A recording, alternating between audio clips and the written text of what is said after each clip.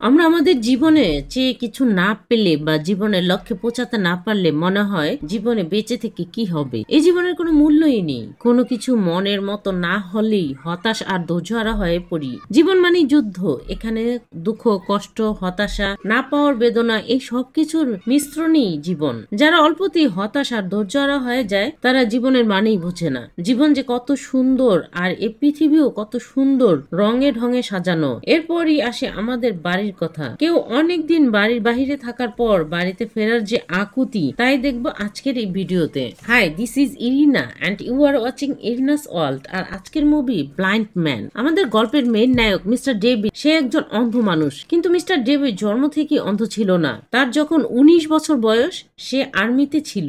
আফগানিস্তানের যুদ্ধের বোমা বিস্ফোরণে সে অন্ধ হয়ে গেছে। মুভির শুরুতেই দেখি মিস্টার ডেভিড কাজ শেষ করে বাড়ির দিকে রওনা দিচ্ছে, আর গাড়ি থেকে বোট পর্যন্ত আসতে তাকে সাহায্য করে একটি ছেলে। সে বোর্ডের কাছাকাছি আসতেই এই বোর্ডের ক্যাপ্টেন বক্স তাকে হাত ধরে বোর্ডে উঠতে সাহায্য করে, আর তার সাথে ছিল তার বোনের পালিত কুকুর সেনুকা। ক্যাপ্টেন বক্স সেনুকা আর মিস্টার ডেভিডকে বোর্ডে বসিয়ে বোট চালানো শুরু করে। বোট চালানোর সময় এর মনোমুগ্ধকর দৃশ্য দেখে চোখ জুড়িয়ে যায়। এরপরে মিস্টার ডেভিডের বাড়ির লোকজনকে দেখানো হয়। তার বোন সুজান মিস্টার ডেভিডের ছেলে মেয়েকে দেখাশোনা করার জন্য থাকে। যখন মিস্টার ডেভিড কাজে যায় সেই সময় ছেলে মেয়েদের খেয়াল রাখে। মিস্টার ডেভিডের আজকেই বাড়ি আসার খবর ছেলে ম্যাক্স ও মেয়ে এরিন জানতে পেরে খুবই এক্সাইটেড হয়ে তাদের আন্টিকে নিয়ে পৌঁছে যায় নদীর তীরে। সেখানে গিয়ে মিস্টার ডেভিডের জন্য অপেক্ষা করতে থাকে আর বারবার ফোন করতে থাকে, কিন্তু নেটওয়ার্ক পাওয়া যাচ্ছিল না।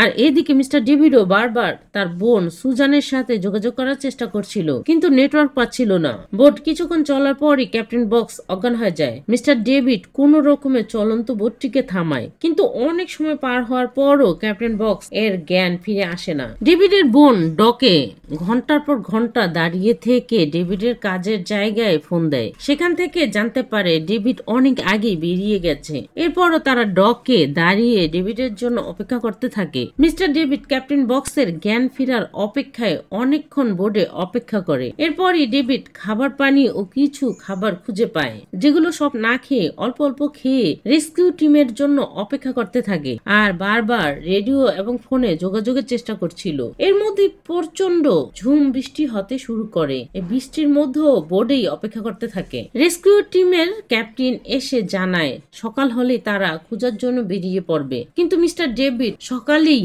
আর বোর্ডে অপেক্ষা না করে সাহায্যের জন্য জঙ্গলের ভিতরে চলে যায় সেনুকে নিয়ে। জঙ্গলের ভিতরে সেনুকে আগে পাঠিয়ে ডেভিড সেনুর পিছু পিছু যেতে থাকে। আর এদিকে সকাল হলেই রেস্কিউ টিমের লোকেরা বেরিয়ে পড়ে নদীতে বোট নিয়ে, তার সাথে হেলিকপ্টারও বেরিয়ে পড়ে খুঁজতে। জঙ্গলের ভিতরেই রাত হয় আর অন্ধকার রাতে ভয়ঙ্কর সব পশুর শব্দ আসতে থাকে, যা রাতকে আরো ভয়ঙ্কর করে তোলে। আর এভাবেই সেনুকা ও ডেভিডের রাত পার হয়। সকাল হলেই তারা হাঁটতে হাঁটতে একটি ছোট্ট নদী পার করে অন্য প্রান্তে চলে আসে। সেনুকা নদী পার হতে সাহায্য করে। এই রেস্কিউ টিমের লিডার ক্যাপ্টেন ওয়ার্কার, সে কিছু সময় পর পর ডেভিডের বোন সুজানকে এসে খবরাখবর দেয়। ক্যাপ্টেন ওয়ার্কারের মনে হচ্ছিল ডেভিডকে আর খুঁজে পাওয়া যাবে না, সে আশাই ছেড়ে দিয়েছিল।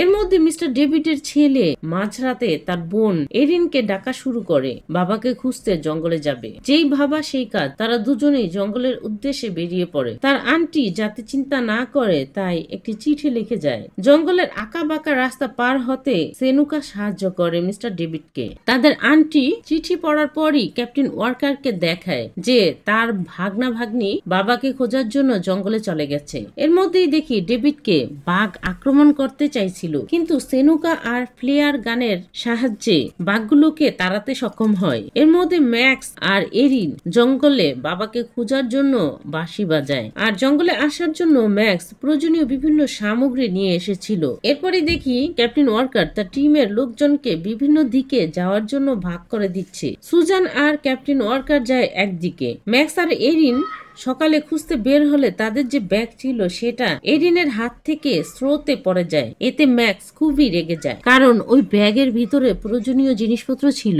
এরিন এর জন্য বারবার সরি বলতে থাকে। এদিকে ডেভিড পথ খুঁজতে খুঁজতে হাঁপিয়ে উঠেছিল।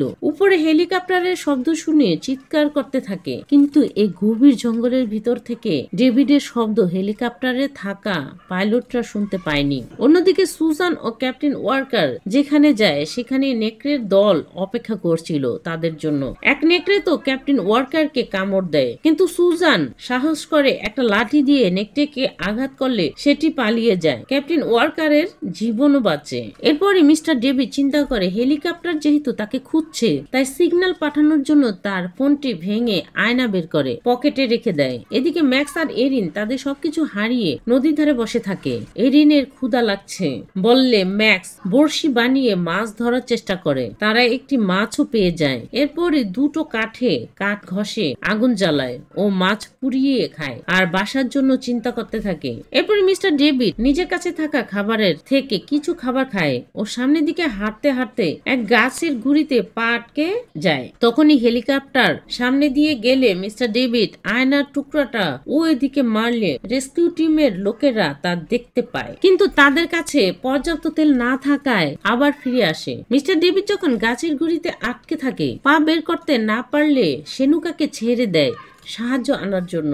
ম্যাক্স আর এরিনও খাবার ও পানি ছাড়া হাঁটতে হাঁটতে ক্লান্ত হয়ে যায়। তখনই দেখে সেনুকাকে। সেনুকা ম্যাক্স ও এরিনকে মিস্টার ডেভিডের কাছে নিয়ে যায়। ম্যাক্সের কাছে ম্যাপ থাকায় সে জঙ্গল থেকে বেরোনোর পথ জানতো, কিন্তু ডেভিডের তো পা আটকে ছিল। তাই তারা দুজনে মিলে গাছ কেটে লিভার বানিয়ে ডেভিডের পা ছাড়ায়। এরপরই ডেভিড ছেলেকে জিজ্ঞেস করে আগুন জ্বালাতে পারে কিনা। ম্যাক্স বলে সে আগুন জ্বালাতে পারে। এদিকে সুজান বারবার ক্যাপ্টেন ওয়ার্কারকে বলে সে বাড়ি ফিরে যাবে না, তাই ওয়ার্কার সুজানের থাকার ব্যবস্থা করে দেয়। এরপরে ম্যাক্সের কথা মতো সবাই একটু একটু করে পাথরে ভরা নদী পার করে। এরপরই হেলিকপ্টারের শব্দ শুনে ডেভিড ম্যাক্সকে বলে এ মিরর দিয়ে সিগন্যাল পাঠাও। পাইলটও সেই সিগন্যালের কথা ওয়ার্কারকে জানায়, কিন্তু পাইলটের কাছে ফুয়েল না থাকার কারণে সে ওই জায়গায় যেতে পারেনি। ওয়ার্কারকে লোকেশন জানালে সে ক্যাপ্টেন ওয়ার্কার ও সুজানকে নিয়ে আবারও সেই লোকেশনে গিয়ে বাঁশি বাজালে সবাই তা শুনে সাড়া দেয়। ক্যাপ্টেন ওয়ার্কার ও সুজান সবাইকে একসাথে খুঁজে পেয়ে আনন্দে আত্মহারা হয়ে যায় আর সবাইকে হেলিকপ্টারে করে নিয়ে চলে আসে। এখানে সুজানের হাজবেন্ড তার প্রিয় কুকুর সেনুকাকে ম্যাক্সদের দিয়ে দেয়। এতে সবাই অনেক খুশি হয়। এই ঘটনার পর মিস্টার ডেভিড চিন্তা করে সিদ্ধান্ত নেয় যে সে আর শহরে কাজের জন্য যাবে না, এখানেই থাকবে সবার সাথে। আর মুভি শুরুতেই দেখেছিলাম তাদের বাড়ি বিক্রি করবে বলে একটি সাইনবোর্ড টানিয়েছিল। এই ঘটনা ঘটার পর মিস্টার ডেভিড সিদ্ধান্ত নেয় যে সে পরিবারকে সময় দিবে আর বাড়ি বিক্রি করবে না। আর এভাবেই হ্যাপি এন্ডিং এর মাধ্যমে মুভির গল্পটি শেষ হয়। সবশেষে ধন্যবাদ আপনাকে ভিডিওটি শেষ পর্যন্ত দেখার জন্য।